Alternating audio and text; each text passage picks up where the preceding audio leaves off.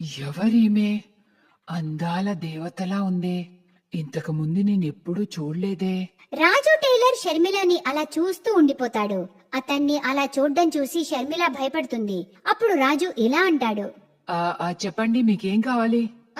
వీటితో నాకు డ్రెస్సులు కుట్టాలి. తప్పకుండా కుడతాను. ఎలా కావాలి మీకు? పటియాలానా, నార్మలా? పటియాలా అంటే? అరే, పటియాలా తెలీదా మీకు? ఈ మధ్య ఆ స్టైల్ ఎక్కువగా వేసుకుంటున్నారు. నేను పటియాలా డ్రెస్సుల్లో ఎక్స్పర్ట్ని.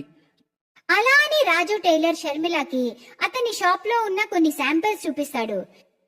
బాగున్నాయి, నాకు కూడా ఇలానే కుట్టండి. ఇంతకన్నా బాగా కుడతాను, కానీ ముందు మీరు నాకు ఇవ్వాలి. ఇవ్వాలా? ఏంటి ఇవ్వాలి? అదే కొలతలు ఇవ్వాలి, లేకపోతే ఎలా కుడతా మీకు పటియాలా డ్రెస్లు? ఆ తర్వాత రాజు షర్మిల కొలతలు తీసుకుంటూ ఉంటాడు. షర్మిలతో మాట్లాడుతూ ఉండగానే రాజుకి తను అమాయకురాలని అర్థమవుతుంది. అప్పుడు అతను మనసులో ఇలా అనుకుంటాడు, ఈ రోజు ఈమెకి ఎక్కువసేపు కొలతలు తీసుకుంటా, మజా చేస్తా. కొలతలు తీసుకుంటూ రాజు షర్మిలని మాటి మాటికి ముట్టుకుంటూ ఉంటాడు. ఆ ముట్టుకోవడం కూడా నార్మల్ గా ఉండదు. అప్పుడు షర్మిలకి అర్థమయ్యి, అన్నా, ఏం చేస్తున్నారు మీరు? ఇలా ఎవరైనా కొలతలు తీసుకుంటారా? జరగండి, దూరం జరగండి. ఏమైంది మేడం, ఎందుకు కోపడుతున్నారు? కోపం రాకుండా ఏంటి మరిది? మీరు ఎంతసేపటి నుండి ఏ విధంగా కొలతలు తీసుకుంటున్నారు? నాకంతా తెలియదు అనుకుంటున్నారా? ఒకసారి ఇక్కడ ముట్టుకుంటారు, ఒకసారి అక్కడ ముట్టుకుంటారు. అదేంటి, టైలర్ కొలతలు తీసుకోవాలంటే అక్కడ ఇక్కడ చేతులు తగులుతాయి కదా. నాకేమీ కళ్ళల్లో మెషిన్ లేదు కదా, ఎవరినైనా ఒక్కసారి చూసి పర్ఫెక్ట్ కొలతలు తీసుకోవడానికి.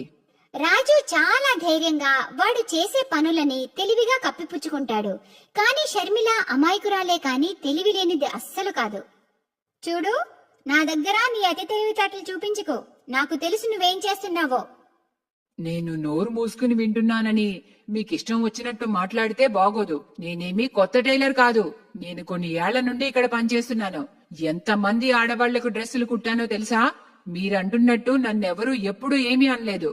మీకు నా దగ్గర డ్రెస్సులు కుట్టించుకోవాలని లేకపోతే మీరు వెళ్ళొచ్చు, కానీ అపనిందలు వేయకండి.